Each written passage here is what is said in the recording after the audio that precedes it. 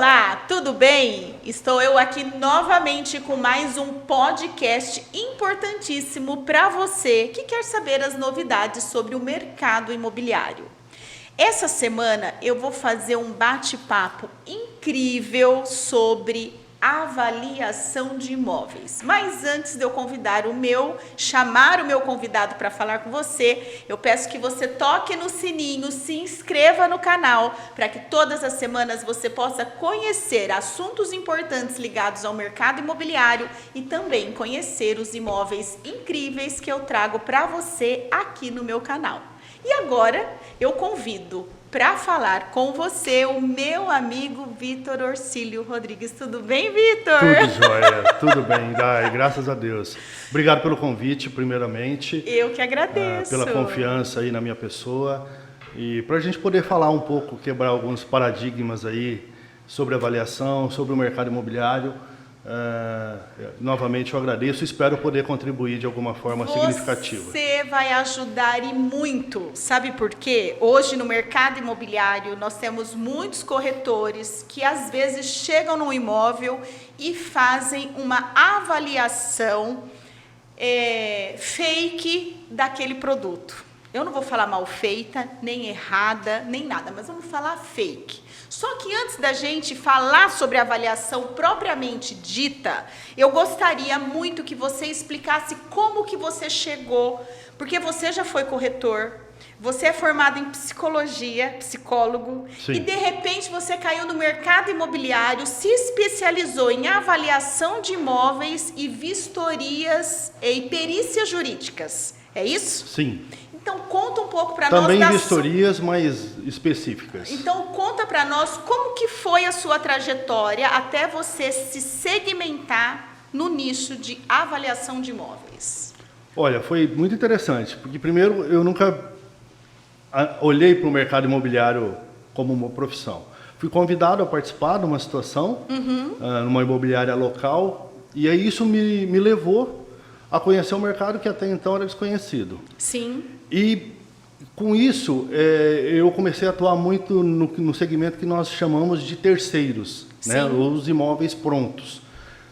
E eu senti a necessidade, no processo de captação dos imóveis, de saber avaliar, né? Perfeito. Dos critérios de avaliação. E via muita distorção, né?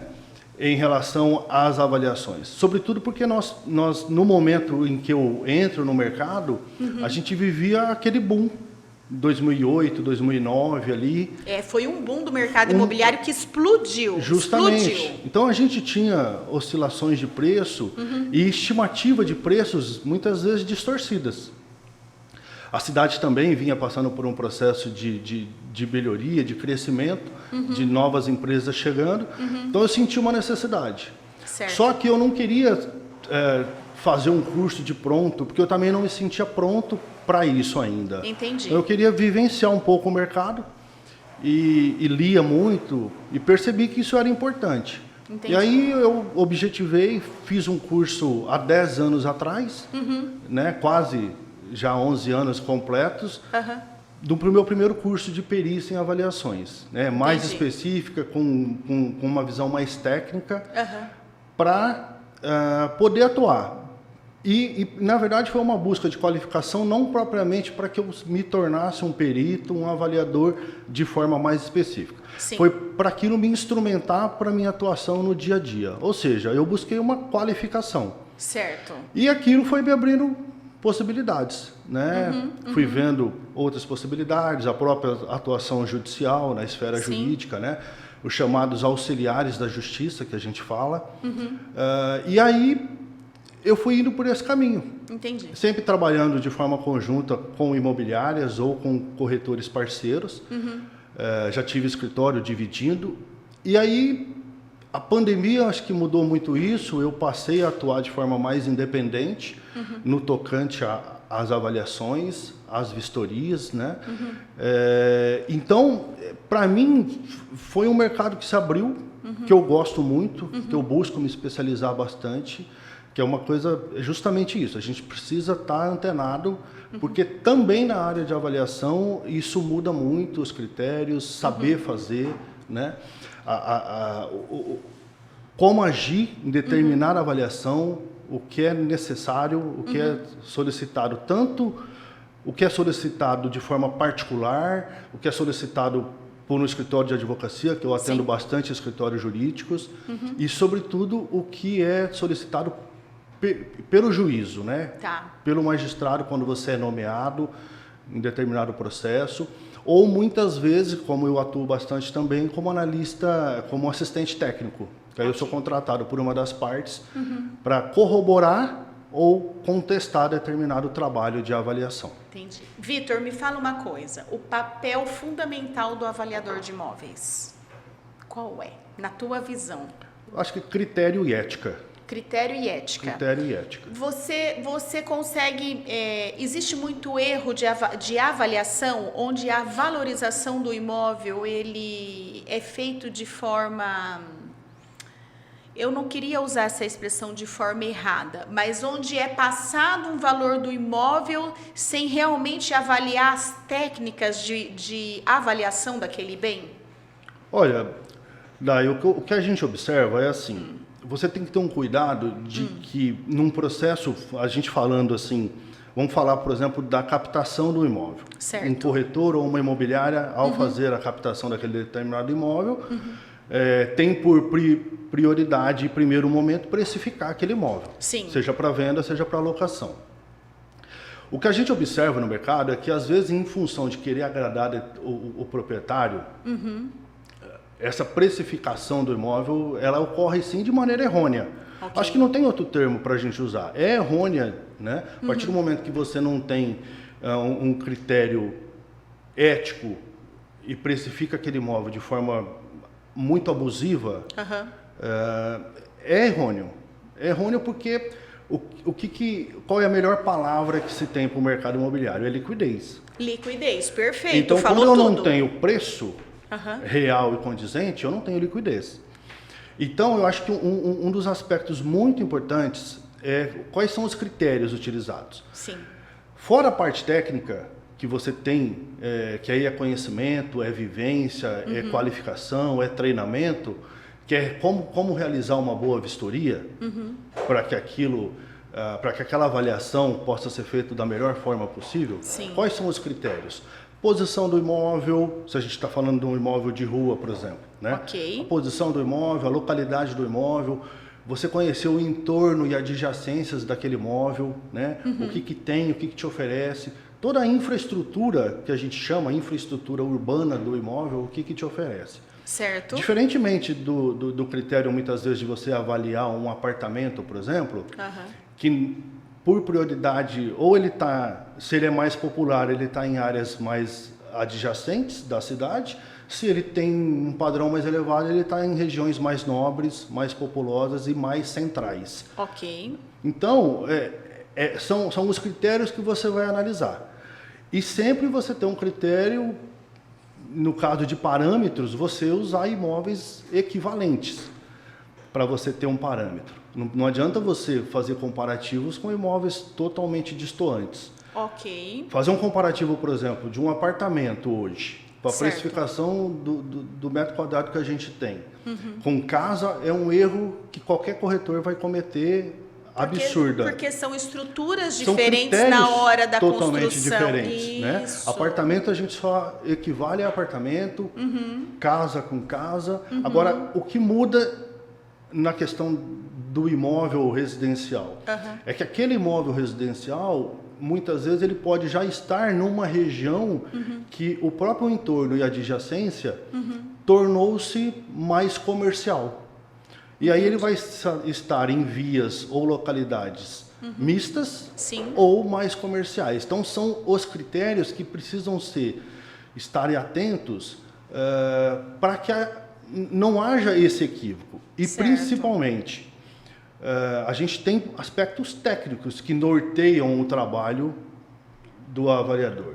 Seja através do SECOM, Sinduscom, seja através do IBAP, que vai te dar um norte quanto à precificação e o valor do metro quadrado. Entendi.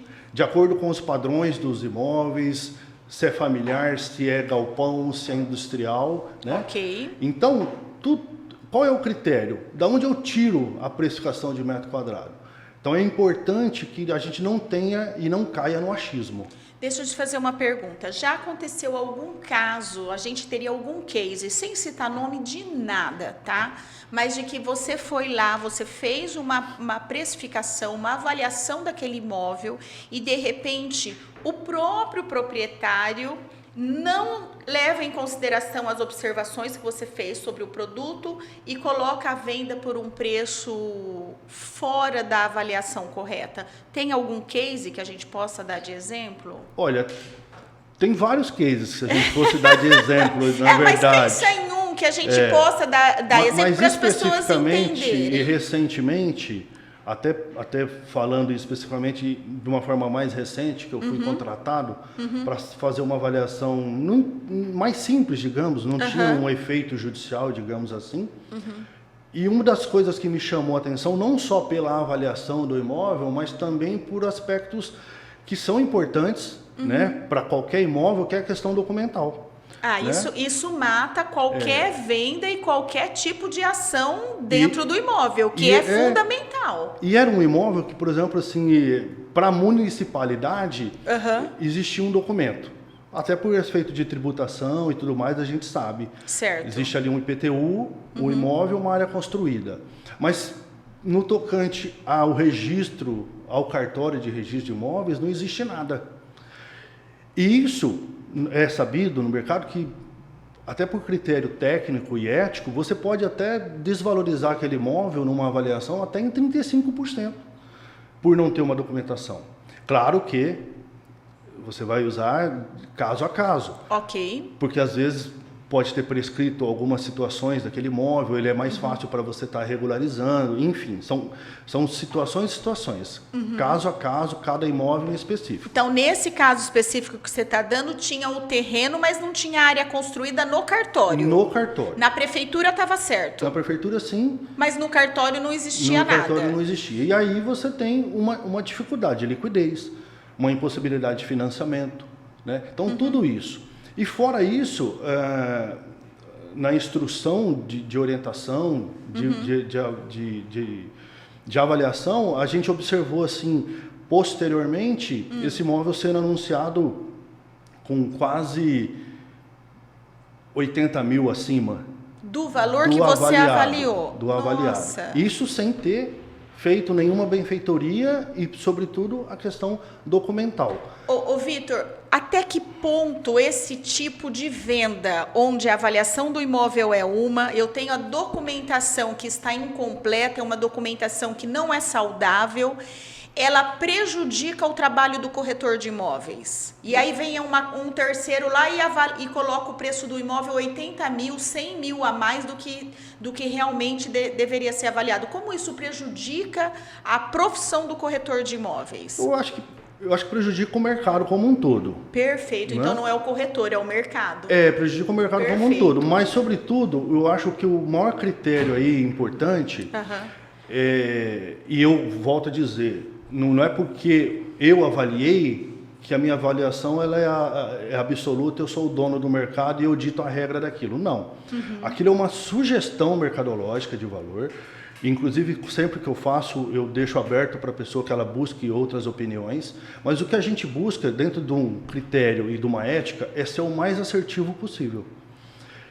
E eu tenho muita convicção de que, dentro das margens aí que a gente tem, que a gente até coloca na hora de entregar um documento de avaliação, mesmo que simples, que a gente tem aí de 5% para mais, 5% para menos, ou até mais que isso, depende de caso a caso, está dentro de uma lógica de mercado, está dentro de um padrão que aquele imóvel vai ter. E sem contar o fato de que ele não tem documento, a gente vê que, não que ele vai ter uma liquidez forçada, né, que é uma precificação muito abaixo, mas que ele vai ter um declínio de valor. Porque aquela documentação é importante o proprietário ter consciência de que é de responsabilidade dele. A gente, até, Vitor, um pouquinho antes da gente entrar aqui no podcast, a gente estava falando sobre isso. Quando nós temos um imóvel que ele não tem uma documentação saudável para venda, mas nós temos um cliente interessado na compra, o que acaba acontecendo? Quem acaba impondo preço no imóvel é o próprio cliente. Porque tem todas as custas de cliente regularização, o preço do comprador. Porque tem a regularização, tem os ônus que o imóvel deixou lá atrás e que esse comprador vai ter que resolver, né? Então, assim, são assuntos que de extrema importância para o corretor de imóvel e para quem está querendo vender um imóvel, vender ou comprar. Sim. Porque comprar um imóvel com problemas na documentação é melhor não comprar. Sim, sem dúvida. Eu não sei, pelo menos é essa a minha visão de mercado, sabe? Eu tenho medo, eu não gosto de fazer esse tipo de negócio. Você usou uma expressão da documentação não ser saudável, né? A gente vê, não é uma venda salutar, né? Não, porque ela dá problema para o corretor, para a imobiliária, para o vendedor e para o comprador. E é uma venda que assim, o proprietário precisa entender que a partir do momento que ele não tem a documentação daquele imóvel de forma regular, ele está sujeito a essa especulação, a esse valor de proposta, digamos, às vezes muito abaixo do que até mesmo de uma avaliação. Sim. Porque ele se sujeitou àquilo. E ele tem que responder, se for um processo judicial, ele tem que responder por isso, não tem? O vendedor tem que responder. Sim, porque na verdade assim, o que a gente fala, né, por mais que quando a gente lê, quando a gente vê de forma técnica e jurídica, até uma pesquisa muito simples, por mais que eles tenham o imóvel em relação à municipalidade, documentalmente falando, eles não são proprietários de nada. Né? Olha o risco, olha então, assim, a seriedade legalmente do processo. falando, né, a gente fala muito da posse e domínio no mercado imobiliário. Né?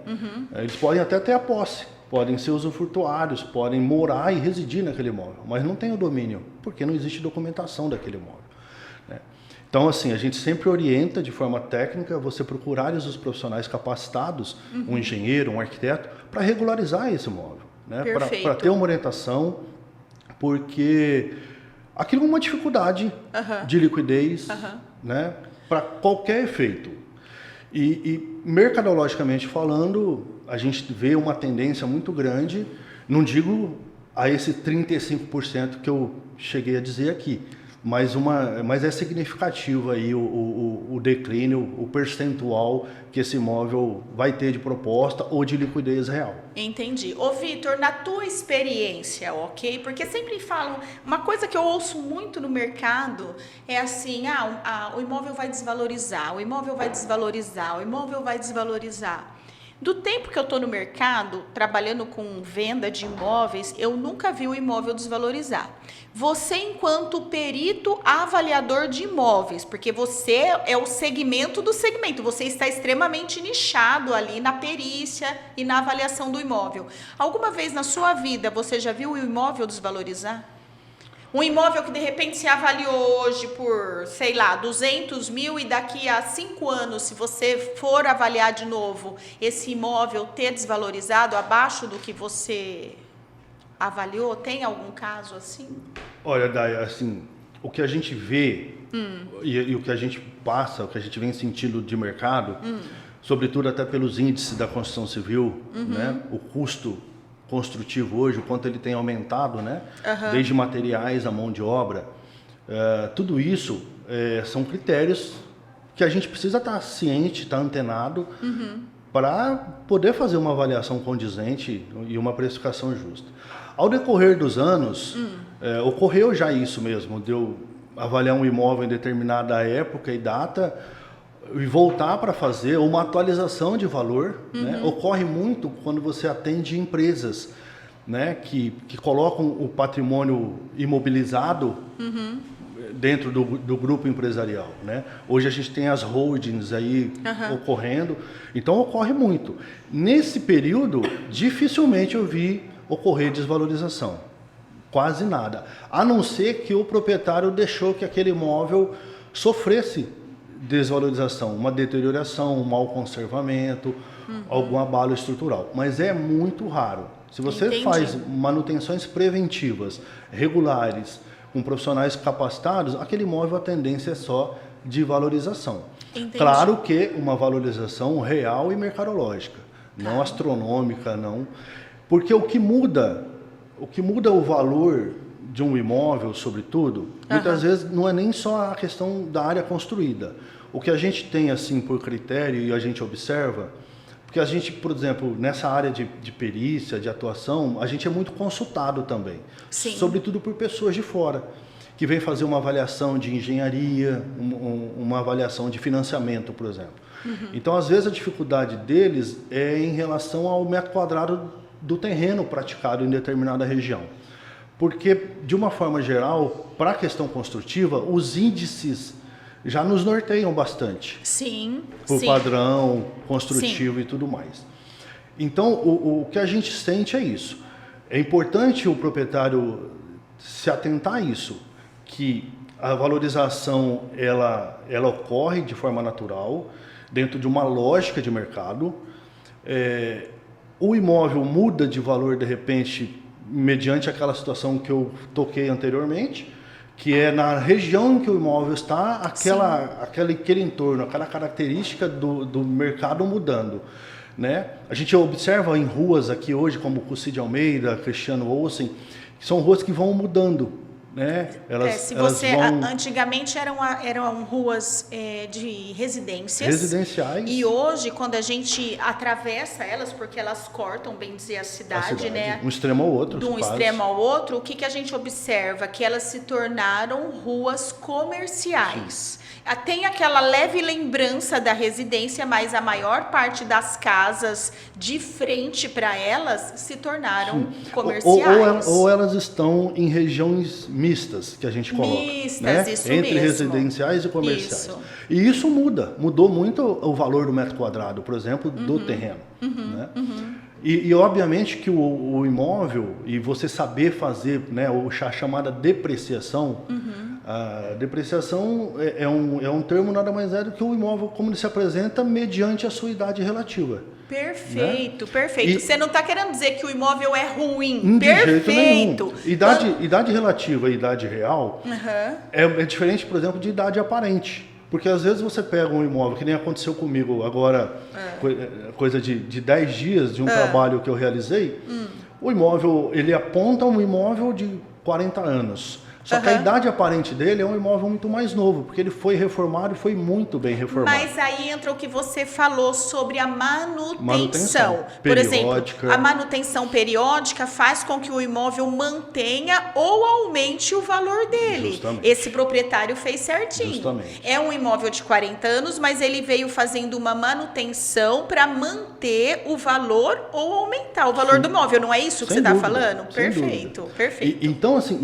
são os critérios que a gente precisa. Então, eu sempre falo que se você buscar referências com profissionais capacitados, habilitados para aquilo, com credibilidade, você vai ter, dentro da avaliação do seu bem imóvel, patrimonial, seja ele familiar, seja de uma holding, seja empresarial, um trabalho condizente. Perfeito. Um trabalho que visa...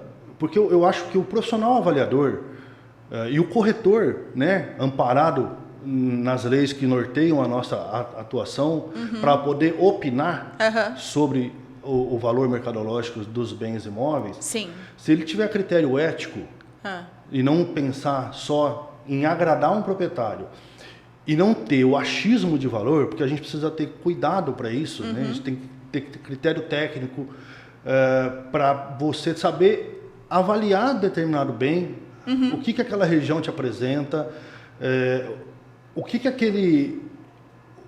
o entorno daquela localidade está te dizendo, quais são as características. E aí a gente cai na chamada vocação do imóvel. Né? Porque esse termo eu nunca ouvi falar, vocação do imóvel. Os imóveis, o entorno e a adjacência, eles vão mudando a vocação. A gente está aqui falando das vias Cussi de Almeida e Cristiano Olsen. Esses imóveis que tinham vocação residencial passaram a ter vocação mista ou comercial. Entendi. A vocação é literalmente o que aquele entorno está sinalizando para você. Se ele está se tornando mais comercial, se ele é extremamente residencial, entendeu? Então, assim, é muito interessante você estar se atentando a isso. Perfeito. Porque você falou de uma case, recentemente eu fui chamado a fazer uma avaliação de uma desapropriação. Desapropriação. E o termo que embasou muito o trabalho foi justamente observar a vocação do imóvel. Perfeito. A vocação da localidade, né?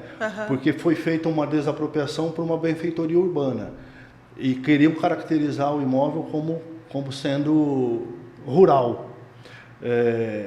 Então, assim, e na verdade a vocação daquela região, daquele imóvel é mista entre industrial e residencial. Então, só que aí você chega, Vitor, num ponto que eu acho que é extremamente importante, porque você tem as técnicas e os conhecimentos para fazer esse trabalho, ok? Ainda mais uma desapropriação, porque envolve problemas como o pagamento daquela área, e se você fizer de forma errada, você prejudica o vendedor em detrimento do comprador, ou você faz ao contrário. O chamado expropriado que a gente fala. O expropriado.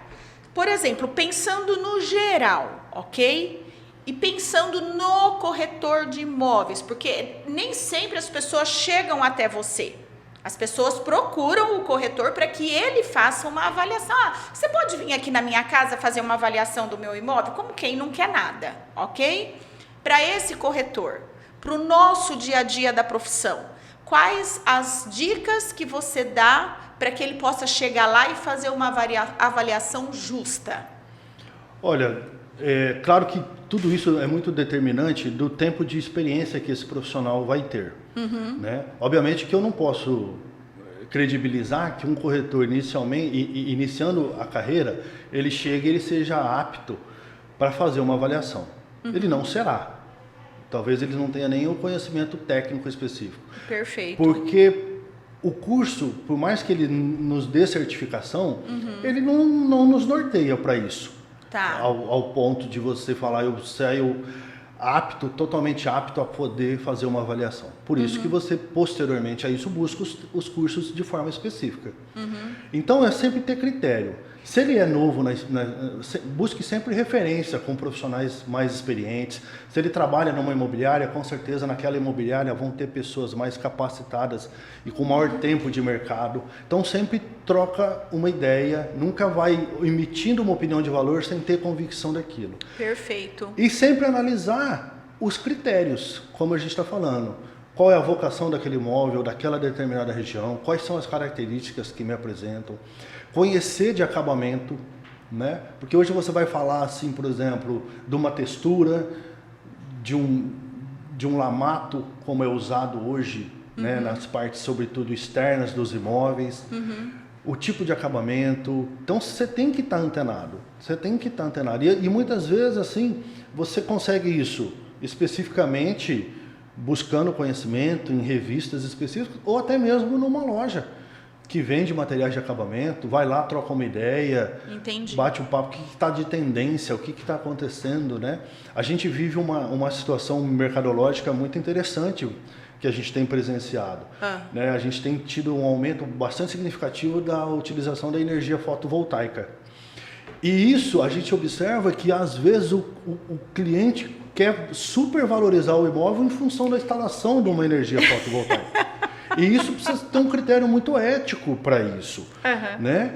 É tal qual uma piscina, é uma benfeitoria para o imóvel, mas calma, isso tende a fazer com que o imóvel aumente o seu valor mercadológico tão significativamente? Na verdade, assim, eu vou falar como eu vejo, né? Existem alguns critérios que eu acho que serão exigências e não diferenciais. Há algum tempo a energia fotovoltaica era um diferencial. Mas hoje nós estamos entrando no momento da energia limpa. Então, a energia fotovoltaica, a energia solar, o reaproveitamento da água da chuva, paisagismo, pisos de absorção, sabe? Que não são piso, como que chama? Permeáveis. Esses itens vão passar a fazer parte dos novos projetos de arquitetura. Então, eles não serão mais diferenciais, eles serão daqui para frente, na minha visão, tá? Obrigatoriedades de uma pessoa que queira construir uma casa nova. Perfeito. Se não obrigatórios, ao menos necessários. Necessários, é isso daí. Né? Mas pensando na evolução da humanidade. Sim. Ok? Sim. Porque a gente... Vamos pegar um negócio que você vai saber que eu acho bárbaro. Você já ouviu falar, aquele ali não tem eira, nem beira, nem gibeira. Você sabe por quê? Você sabe ou você não sabe? Não. Então eu vou te explicar. Antigamente, as casas, vou tentar fazer aqui, tá? As casas, antigamente, eu tô falando muito antigamente, tá? Se você olhar no telhado das casas, ela tinha 3 acabamentos assim, ó, eira, beira e gibeira. Ah, perfeito. 3 níveis, como se 3 fossem 3 níveis. níveis. E Perfeito. esses níveis, aquelas casinhas bem antigas, eu não sei se você consegue buscar na arquitetura, tenta procurar assim no Google, ó, casa com eira, beira ou eira. O que isso representava antigamente, Vitor? O dinheiro que a família tinha, mas a gente está falando de muito tempo, então era eira, beira e gibeira. Com o passar dos anos e com a própria evolução, isso caiu em desuso, aí começaram a ter vários tipos de telhados, aqui ó, quer ver ó, vamos pegar uma, aqui ó, olha que beira, interessante. beira e gibeira. Olha. Aqui ó, tá vendo? Olha, você trouxe um conhecimento primeira, novo para mim. beira e eira, tá vendo? Então, o que significava isso? As pessoas mais ricas tinham as 3. As pessoas mais pobres tinham uma só. E as intermédias tinham 2. Isso, era isso daí. Perfeito. Então, por exemplo, isso representou naquela época os mais ricos. Hoje nós tivemos um momento em que energia fotovoltaica, energia solar, paisagismo, permeabilidade do solo, que são os chamados energia verde, preocupado com o meio ambiente, eles foram incorporados na construção civil. Perfeito. Vai chegar um momento que isso é o que eu estou falando dali, isso vai ser comum. Vai ser comum. Todo mundo vai ter, então nós vamos passar por um outro processo evolutivo. E a gente vê hoje, né, até como marketing de lançamento, a gente tem aí conhecimento de lançamentos ocorrendo na própria cidade nossa aqui de Araçatuba, que o grande chamariz é justamente isso, né? É justamente isso. Essa sustentabilidade a gente vê como um chamariz. Como né? um chamariz. Não é mais um fator agregativo, é justamente um diferencial. É isso daí. Então, por Exatamente. exemplo, o cuidado que eu vejo e que você está falando que a gente tem que ter é na hora de realmente fazer essa avaliação. Porque o que para a pessoa é tão importante, porque teve um custo para ser instalado na residência, ele vai fazer, daqui a pouco ele vai fazer parte integrante da construção civil, não vai ser mais um diferencial, Sim. né? E eu sei que isso, muitos proprietários ainda falam de boca cheia, como você deve ouvir, mas eu tenho energia fotovoltaica. Sim.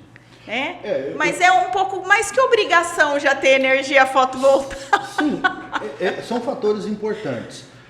E se a gente, por exemplo, que nem recentemente eu peguei um caso também de uma avaliação e a energia fotovoltaica havia acabado de ser instalada.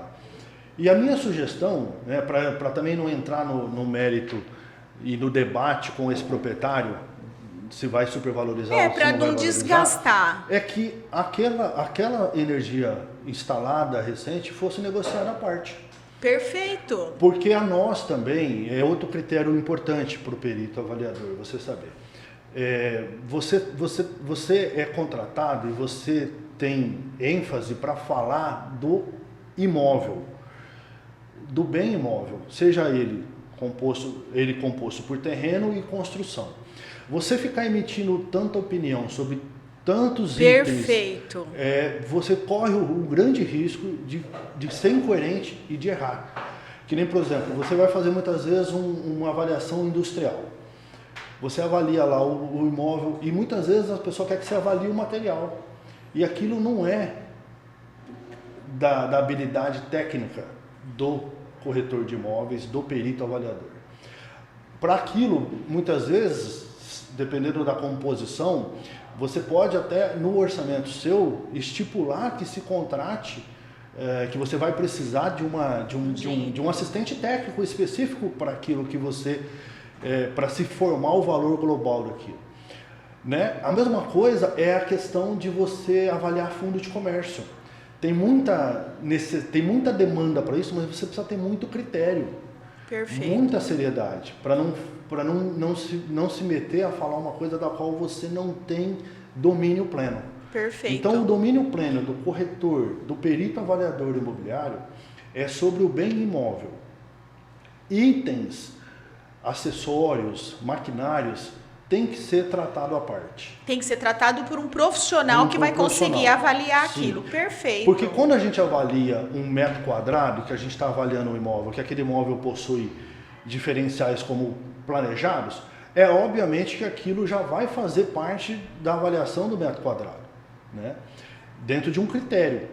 Mas são itens, só que são itens planejados e específicos para aquele local, para aquele cômodo. Certo. E então, itens acessórios móveis que a gente fala que podem ser removidos, você precisa ter muito critério, muita ética para não opinar sobre uma coisa da qual você não domina. Ô Vitor, uma vez a gente passou por uma situação que foi assim, na verdade foi uma surpresa para nós, porque a gente vem de casa, o corretor de imóveis vem de casa, né?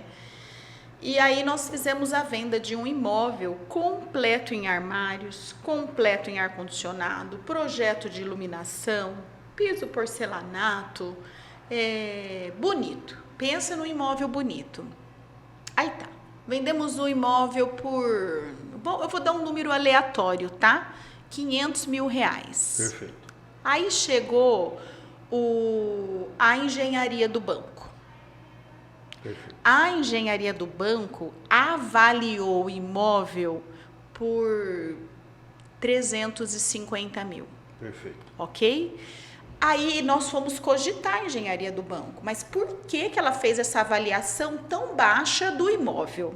O engenheiro falou assim para nós, porque eu não conto armários, eu não conto ar-condicionado, eu não conto se instalou o fogão, eu não conto nada desses itens acessórios, que é o que você está falando aí. Sim. Ele falou, eu conto o que é tido como o concreto, o cimento, a estrutura da casa. Ele conta o construído existente com a precificação do terreno.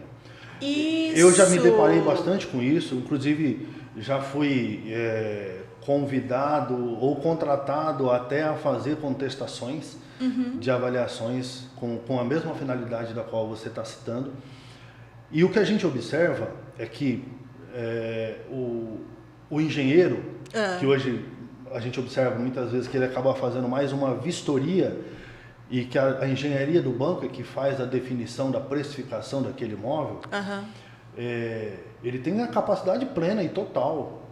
São profissionais muito, muito qualificados para poder fazer aquele trabalho. A diferença é que a gente observa que o que a gente tem por diferencial enquanto corretor, enquanto avaliador com a formação de corretor imobiliário, é que a gente tem a gente consegue fazer a avaliação mercadológica. Mais real do imóvel. Mais real do imóvel. Só que isso dá uma diferença muito grande com a engenharia. Eu acredito que, num prazo curto, isso vai precisar ser revisto. Porque eu já me deparei com situações de que foi feita uma avaliação num imóvel muito diferenciado de acabamento, de instalação, completo de armário, num empreendimento vertical aqui da cidade, e que a avaliação ela foi feita como dentro de um critério como se fosse eu comprando um imóvel de tabela, pelado, que a gente fala. Pelado que a gente fala. E não contou nada do que tinha sido acrescido dos acessórios. Os diferenciais que a gente fala. Né? E como sair de uma situação dessa, Vitor? Infelizmente, você pode fazer a chamada contestação para o efeito da engenharia do banco. O que a gente vê de prioridade, o que a gente vê como importante, é quais são os critérios que estão sendo utilizados. Porque, o que eles visam aí é a chamada garantia real, que é o bem imóvel. Né? Os acessórios, eles são valutáveis, eles podem amanhã até se tornarem, digamos, obsoletos. Mas para que isso ocorra, demanda muito tempo. Não é verdade? Sobretudo nas construções novas que a gente tem. Sim. Então, eu acho que esses critérios de engenharia que a gente anteriormente não via acontecer, que a gente tem visto mais hoje, de um tempo recente para cá, eles vão precisar analisar esse critério, vão precisar analisar como que está sendo feito essas perícias, né? Qual é o critério utilizado para que essas perícias ocorram, porque se você veja bem, um imóvel que você deu como exemplo aí, com uma diferença de 150, 30%. É muito significativo. Isso para uma aprovação, isso para um comprador, o que ele vai ter que fazer de aporte para aquilo ser viável, inviabiliza o negócio. Então, e olha, eu já vi acontecer várias vezes. Mas reitero aqui, o profissional engenheiro, o profissional que vai lá contratado, ele é muito capaz. E às vezes ele fica refém. Eu já vi. Eu só venho e faço a vistoria. Literalmente, a foto, a constatação, que a gente chama, né? Ele foi em loco no imóvel, o imóvel aquele, ele fotografou e passou. E dentro da engenharia dos bancos, esse critério tem ocorrido, a gente tem tido dificuldade, você fala com pessoas no mercado imobiliário hoje que atuam só com essa questão do crédito bancário para financiamento, isso tem sido uma dificuldade. Então eu acho não, para não falar o achismo, eu acredito que isso vai precisar ser revisto, porque são diferenciais que no valor final do imóvel influenciam completamente muito, né? Isso mesmo. Assim, isso que eu não estou falando aqui, nem a gente estava aqui falando de acessórios, mas falando de armários, sobretudo planejados, um blindex, né? São planejados e feitos especificamente para aquele cômodo.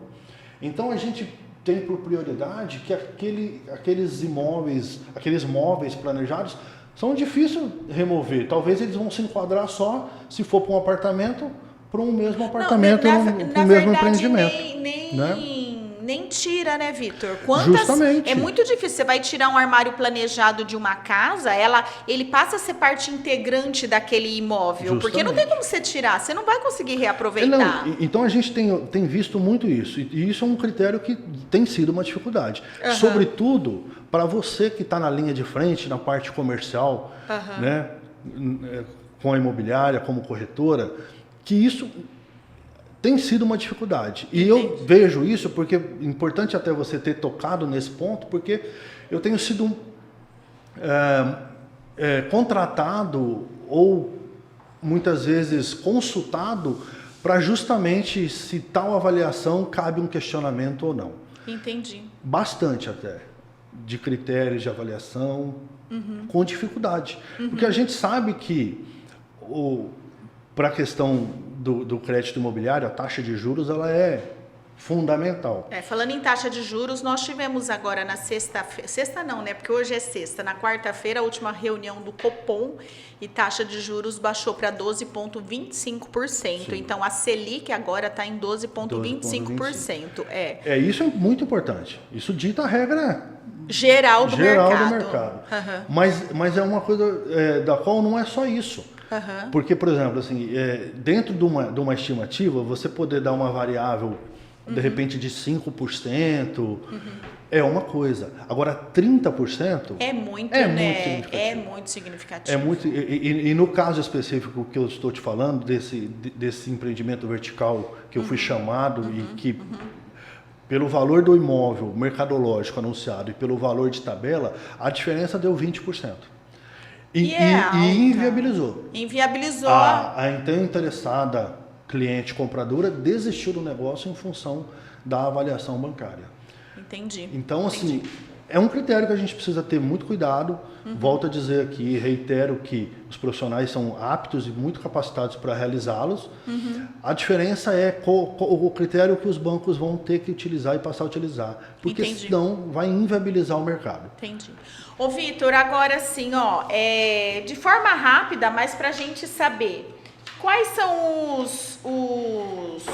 os métodos de avaliação de um imóvel? Existe assim diferença entre os métodos de avaliação? Sim. Como que a gente pode falar assim de forma bem simplificada para entender? Existe o expedito. O expedito, inclusive eu utilizo bastante.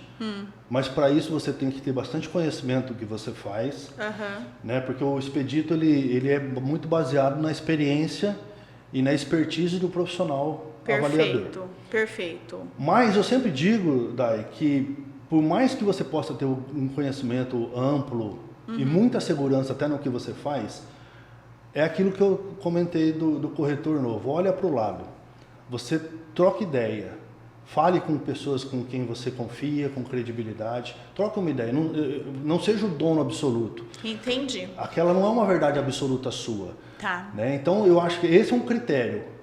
Né? A gente está falando aqui de critério e ética, o critério é muito esse. Eu precifico, o meu valor é absoluto, eu não aceito ouvir de ninguém. Não. Por que você chegou naquele valor? E muitas vezes, quando você faz algum trabalho de perícia mais complexo, que demanda mais tempo, você muitas vezes faz consultas de mercado e você insere essas consultas de mercado com certeza nos anexos, né? Que é importante. Seja uma imobiliária que você consultou, seja um imóvel anunciado, que aí a gente está aqui falando dos imóveis parâmetros. Então, critério. Tá. Você pode ter muita condição de fazer a avaliação, o nível expedito te possibilita isso, mas tenha critério. Tá. E as formas mais usuais, por exemplo, o normal, né, que é a chamada homogeneização de fatores, né? Homogeneização de... É um trava-língua danado. Nossa Senhora! Homogeneização de fatores. Homogeneização de fatores. É bastante usado, assim, a gente fala muito... Eu usei até esse termo, que na verdade é o método comparativo. Tá, é literalmente um comparativo direto. Ou seja, amostras. Por regra, se pede que no mínimo você tenha 3 amostras, parâmetros. Perfeito. Isso por regra de praxe. Você pode ter menos, se você não encontrar amostras. Por isso que eu te falei, o critério e a ética. E você precisa dizer se você não encontrou. E o nível expedito, ele dá essa possibilidade, muitas vezes, para a dificuldade de um imóvel amostra. Porque às vezes você está avaliando um imóvel tão específico que é difícil você ter imóvel comparativo com aquele. Entendi. Né? Às vezes até na região não tem outro imóvel comparativo. Não encontra. Perfeito. Então, é o expedito a priori, tá? O expedito normal e o rigoroso. O rigoroso ele é mais você usando aquela inferência estatística, ele é mais técnico, às vezes até mais preso a cálculos e tudo mais. Não é tão utilizado, mas é também uma forma de utilização. E tudo isso, obviamente, quanto mais complexo é o trabalho do profissional, mais se atribui ao valor dos honorários praticados, né, periciais e tudo mais. Porque, volto a dizer, você pode ser contratado para fazer uma avaliação simples, né, que eu faço bastante, uma avaliação simples, uma precificação, às vezes uma partilha entre irmãos, uma partilha simples, que sem que haja algum efeito jurídico para aquilo, né? Que seja consensual, que não, ocorre muito. Eu sou muito contratado para fazer essa avaliação mais simples. E como também você pode fazer as situações mais complexas, seja nomeado pelo juízo, seja contratado como assistente técnico, que são as mais complexas. Que em alguns casos o seu trabalho vai ser sujeito à contestação ou você vai contestar o trabalho de alguém. E aí você precisa ter, volto a dizer, o critério e a ética. Perfeito. Contestar o trabalho de alguém não significa denegrir aquele alguém ou o trabalho daquele alguém. É você, de forma coerente, ética, dizer o porquê que você não concorda ou não concordou com um determinado valor atribuído a um bem imóvel. Perfeito. E aí você tem que ter conhecimento. Você vai redigir, você vai argumentar para um terceiro que vai analisar a sua argumentação para tomar uma decisão, né? Um magistrado, muitas vezes, ou uma situação extrajudicial entre as partes e os seus advogados, para tomar uma decisão. E às vezes é tão importante você ter responsabilidade sobre aquilo, que às vezes é uma decisão de vida. né? Às vezes é um bem imóvel que é o bem de vida da pessoa. A pessoa às vezes trabalhou a vida Único. toda para ter aquilo. Isso entendeu? mesmo. Então, ter muito critério.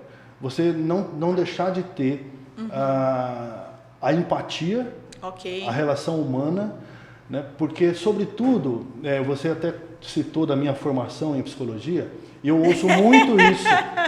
Mas pô, você fez um curso e você atua numa área totalmente diferente? Nem sempre. Porque que imóvel, que ante a um imóvel não tem uma pessoa, não tem uma família. Não tem uma família, não uma tem um dor, empresário. às vezes uma dor. No aspecto rural, um produtor rural, um pecuarista. É isso daí. Então, assim, sempre existe uma pessoa. E essa é a maior dificuldade. É você exercer uma empatia de forma coerente, de forma justa, mas você também saber que, às vezes, aquela estima que a pessoa coloca no seu bem, Sim. o mercado não irá comprar. Não é mensurável. Eu costumo dizer que no mercado imobiliário, quando a gente faz uma avaliação de um bem, existem 3 preços.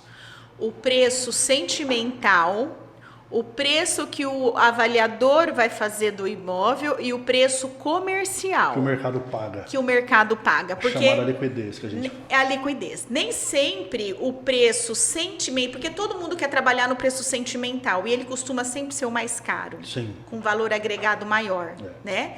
Mas o que vai realmente influenciar é o quanto vão pagar por aquele produto. Mas às vezes é difícil da gente falar isso para o proprietário, porque o proprietário, se for uma casa igual você está falando, ou um apartamento que ali tem aquele valor sentimental significativo, porque é o único bem que ele tem, ele acha que às vezes o bem vale 1 milhão e na verdade o bem vale 700 mil. Sim. E o mercado paga 500 mil. Então, eu vou te dar um exemplo que até aconteceu comigo essa semana, esse mês passado, de outubro. A proprietária de um imóvel me ligou, né? Falou assim, nossa, Daiane, o que está acontecendo? Eu estou sentindo que o mercado está tão frio, as pessoas estão indo lá ver a casa, vão lá, olha a casa e não está saindo venda, não está tendo proposta. Eu falei, olha... Aí eu falei um pouco de como eu vejo o mercado. Falei assim, olha, eu acredito que se você chegar a receber uma proposta no seu imóvel, você tem que avaliar com carinho vários itens. É um pagamento à vista? Vai envolver permuta? Demanda financiamento? E assim, qual a temperatura daquela negociação? Falei, porque o que eu sinto hoje, Vitor? Nós temos bastante pessoas procurando imóveis, mas nós estamos num momento com dificuldade de liberação de crédito muito grande, que às vezes a pessoa tem a intenção de comprar, mas ela não consegue liberar um financiamento suficiente para comprar aquele imóvel, entendeu? Porque ela se desencaixa em algum momento. Perfeito. E nós temos aqueles compradores do pagamento à vista, mas quem vai para um pagamento à vista, ele sempre pede um desconto. Sim. Ok? Que é o que nós falamos, é o valor sentimental, é o valor avaliado e o valor de mercado. Porque inclusive ele pode barganhar com isso, né? Ele pode barganhar com isso. Aí eu fui falar com essa mesma proprietária essa semana aqui, nós não acabamos a semana ainda. Ela falou assim, Daiane, eu estou negociando a minha casa. Aí eu falei, nossa, que legal. Não fui eu, tá? Não tem problema que não seja eu. Não, perfeito. Aí eu falei assim, nossa, que legal. Aí ela falou assim para mim, eu levei em consideração tudo que você me orientou. Sim. Adorei essa frase dela. Ela estava com a casa à venda, vou dar os números, por 1.800.000. Ela negociou a casa, ela recebeu uma proposta de 1.600.000, ela vendeu a casa por 1.660.000. Às vezes, quem está me ouvindo vai falar assim, nossa, Daiane, mas ela deu um desconto muito grande, ela está perdendo dinheiro. Mas não, você concorda que ela já fez essas contas lá do outro lado? Ela só levou em consideração aspectos que eu fui falando para ela. Se é uma proposta à vista, analisa com carinho. Porque às vezes a casa entrou no preço, 1.660.000 era o preço de fato da casa, entendeu? O valor real do mercado, que é o que nós falamos, a casa foi avaliada foi colocada à venda no mercado por um preço, mas a liquidez dela foi no valor de 1.660.000. Nós, com dificuldade de crédito, às vezes ela poderia esperar mais 6 meses para vender aquela casa, mas vale a pena? Sim. Às vezes ela pega esse dinheiro agora e já reaplica ele no próprio mercado imobiliário, que vai dar muito mais retorno para ela. Até pelos prazos que ela tem, para a Pelos questão do lucro imobiliário. prazos, Que é isso daí. Então, assim, eu fiquei feliz com o retorno dela. Não fui eu quem vendi a casa, mas ela pegou as informações que eu passei, analisou, colocou na mesa. Eu ainda falei para ela, faça conta. Sim. Pega o que você gastou no imóvel, pega os investimentos que você fez e o que você quer fazer com o dinheiro e vê onde o seu dinheiro vai valorizar mais. É porque, na verdade, fazendo um gancho desse comentário feito por você, isso é muito bacana, independente de você ter participado ou não da comercialização da casa, porque de alguma forma, a partir do momento que ela busca a sua opinião, isso nos transparece credibilidade. É isso que eu queria falar, né? Isso mesmo. Então, buscar credibilidade, independente de... Porque a gente não vai realizar todos os negócios. Né? Não, a gente não vai conseguir. Eu não vou fazer todas as avaliações. Tem muitos profissionais qualificados aí no mercado para fazerem ótimas avaliações. Uhum. E que bom, porque é muito bom você poder nortear o mercado por cima. Isso é bom também, porque o mercado está se profissionalizando. O único gancho que eu acho importante a gente fazer aqui, que a gente está falando de avaliação, de perícia e avaliação, de que eu busquei certificações e ainda busco, porque a gente nunca vai estar pronto 100%, o mercado é muito volátil, muda, né? Ele muda, é dinâmico. Mas o que é mais legal de a gente poder observar, e aí fica uma dica aqui para a gente poder também falar, é isso, sabe? Ela buscou, através de uma profissional qualificada como você, que está há tempos no mercado, independente de você ter ou não a sua imobiliária, você tem credibilidade pelo trabalho que você faz e busca fazer. Então ela buscou essa opinião.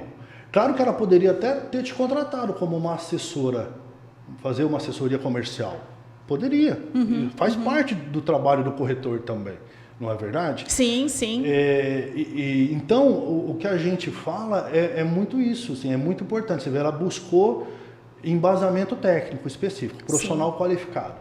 Então, para quem vai nos ver, para quem nos ouve, é importante você estar ciente disso. Busque profissionais qualificados. Perfeito. Busque profissionais com credibilidade, com seriedade, seja para o que for, né? A gente está falando aqui de você, corretora, como na parte comercial, locação, venda.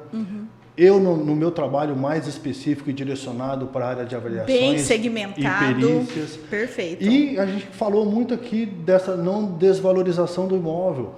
Quando você busca fazer as manutenções prévias e preventivas do seu imóvel, desde uma pintura a uma reforma pequena ou de grande porte que seja, ou até mesmo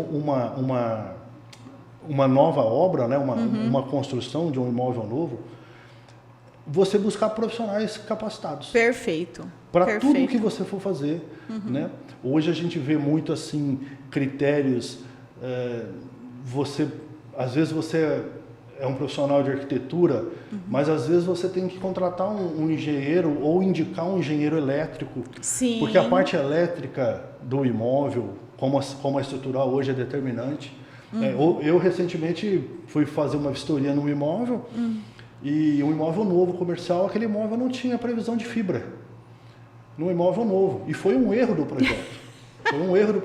Um imóvel novo, numa das avenidas mais importantes que nós temos na cidade. E aquilo me chamou muita atenção. E a gente, ao fazer a vistoria ali, perguntando para o proprietário, falou, realmente não foi feito. Precisaram fazer um recorte posterior num ponto só, que a gente sabe muito bem, né? E mesmo sendo... você não precisa ser muito técnico para saber, que você sabe hoje que a fibra não passa com a cabeação normal. Não passa, então, tem que ser maior. A previsão dela é diferente. É. Então, são coisas importantes. E é engraçado, você tocou num assunto que há um ano, mais ou menos, ninguém passava tubulação para fibra. Justamente.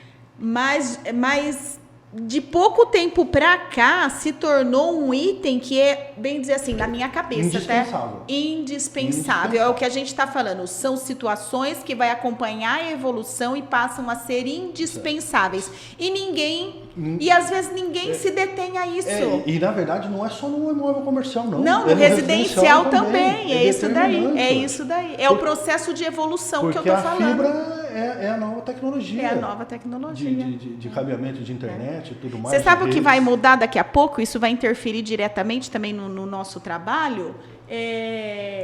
Inteligência artificial, luzes preparadas, interruptores, ares condicionados, tudo preparado para inteligência artificial. As chamadas casas inteligentes que a gente fala, né? Justamente. Então, assim, é muito importante, né, você ver. Então, eu acho que a gente, enquanto profissional, que a gente busca, que a gente se especializou em determinada área, é você olhar para o lado. Perfeito. Que nem, por exemplo, assim, eu vou dar um exemplo para você na prática mesmo.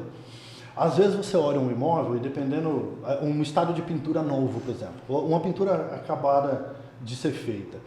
Você como avaliador, você como perito ali no imóvel, qual é a noção que você passa a ter de quanto custou aquela pintura? Porque é uma benfeitoria. Sim. Muitas vezes é uma benfeitoria muito significativa. Isso. Talvez uma das mais importantes no imóvel. Sim.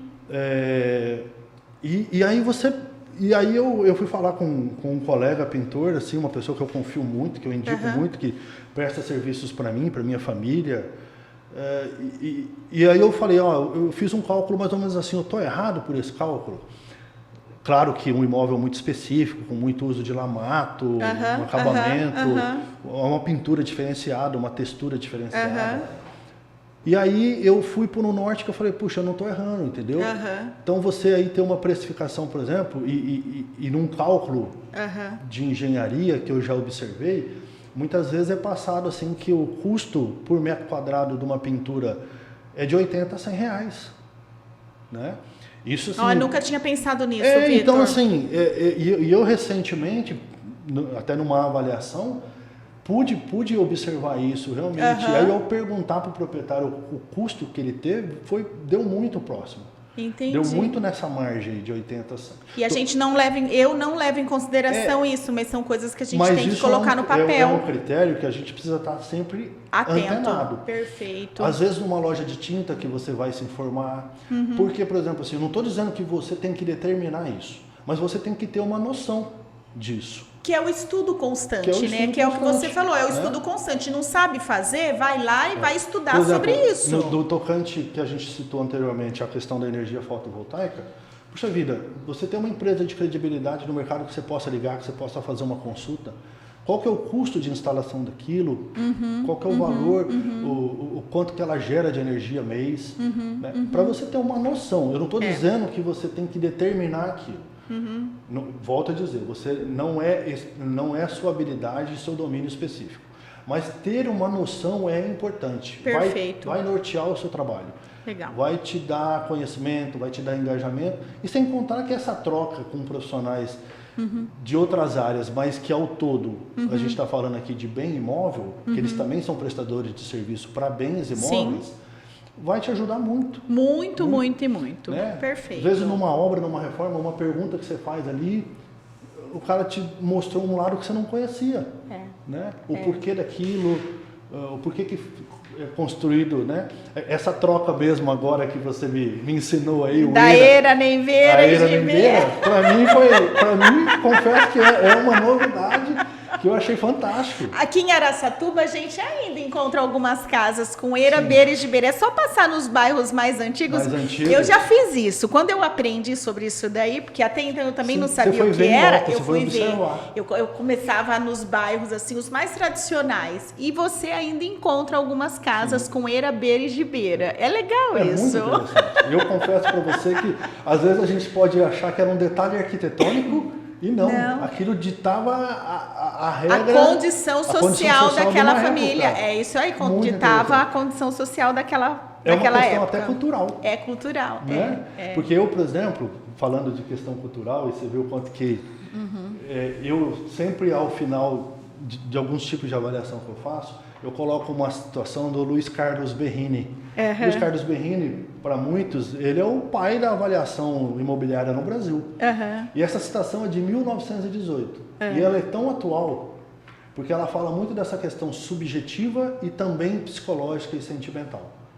Então eu coloco esse texto ao final, não vou citar ele aqui. Não cita. Assim, ele é contextual, ele é um pouco extenso. Você quer procurar? Luiz Carlos Berrini, é isso? Citação Luiz Carlos Berrini, põe 1918. Aí, vamos Luiz Carlos Berrini, 1918. 1918. São Paulo ali, ó. Não, pode dar um enter. Vai te dar a rua. Mas na Wikipédia. A Wikipédia ali, entra na Wikipédia. Olha lá, ó. Ele é de Petrópolis, ó. Petrópolis é maravilhosa, hein? Não sei se alguém já foi, mas é maravilhoso. É o pai da avaliação. Escola de Engenharia de Mackenzie, Universidade de Cornell, nos Estados Unidos. Cara muito citado até hoje. Eu não sabia, isso eu também não conhecia, não. Que legal. Olha lá, ó. Em fevereiro de 49, um pouco antes de sua morte, publicou a avaliação de imóveis. Excelente obra que vendeu milhares de exemplares em várias edições, mesmo após sua morte. E que passa a ser chamada de Bíblia da Engenharia de Avaliações, como é conhecida até hoje. Você vê um profissional ter um documento... 1949. Chamado como a Bíblia, ao significado... do trabalho dele. Que isso tem como é importante. Você já leu? Eu já li o prefácio. Eu já procurei uma edição, mas eu já li será que tem a edição? Prefácio não, um resumo dela. Tem. Mas será que tem a edição? Tem, você acha ela nem se for online. Que legal, que legal. É espetacular. E na verdade, assim, falando da citação aqui, nada mais é do que isso. Ele fala que nada mais que um profissional ético e coerente, que é o que a gente falou aqui, faz é encontrar um valor justo de mercado. Perfeito. Né? Que aquilo não tem a ver com que é um valor subjetivo, mas que aquilo não se pauta por sentimentos, emoções ou fatores psicológicos para se avaliar aquele bem imóvel. É resumidamente isso. Que eu poderia legal. até ter trazido ela aqui de forma mais resumida, mas é fantástico. E eu sempre, dependendo da avaliação que eu vou apresentar, eu coloco ela no final. Que legal, Vitor. Olha, adorei o nosso bate-papo, foi ótimo. Acho que a gente falou várias coisas importantes para o corretor de imóveis e para aquele corretor que quer se especializar em avaliação, em perícia no mercado imobiliário. Eu gostaria de deixar aqui, você tem uma página online, não tem? No seu Instagram. Abre lá pra gente, por gentileza, tá Vitor Orcílio no Instagram? Como que tá? VOR Negócios Imobiliários. Aí. Preciso fomentar ela ainda mais, utilizá-la de forma melhor. Perfeito, perfeito. Mas está ali, inclusive nela eu tenho o link direto pro meu WhatsApp corporativo. Ótimo, que é só tocar aí. Mas de qualquer forma, qual o número do seu contato? O meu contato corporativo é o 18 99189 2638. 18 9 9189 2638. Perfeito. Então, se alguém quiser contratar os seus serviços, ou entrar na sua página e vai direto no link da bio, ou então entre em contato pelo número. Perfeito. Vitor, agradeço imensamente a sua presença no podcast, tá bom?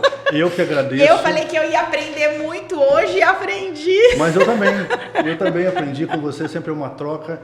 Uma coisa muito boa que a gente compartilha com você é da sua energia. Muito obrigada. Sua energia nos faz muito bem e obrigado aí pela confiança de poder dividir esse espaço, essa página com você, acreditando aí no meu trabalho. Eu agradeço imensamente.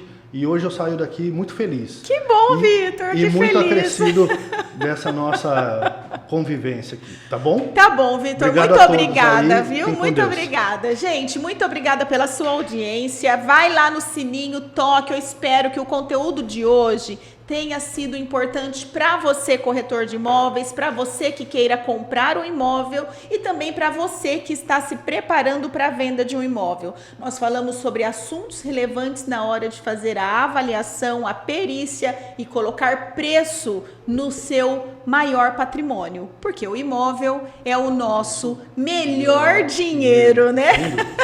Sim. Gente, muito obrigada, até a próxima semana e tchau, tchau.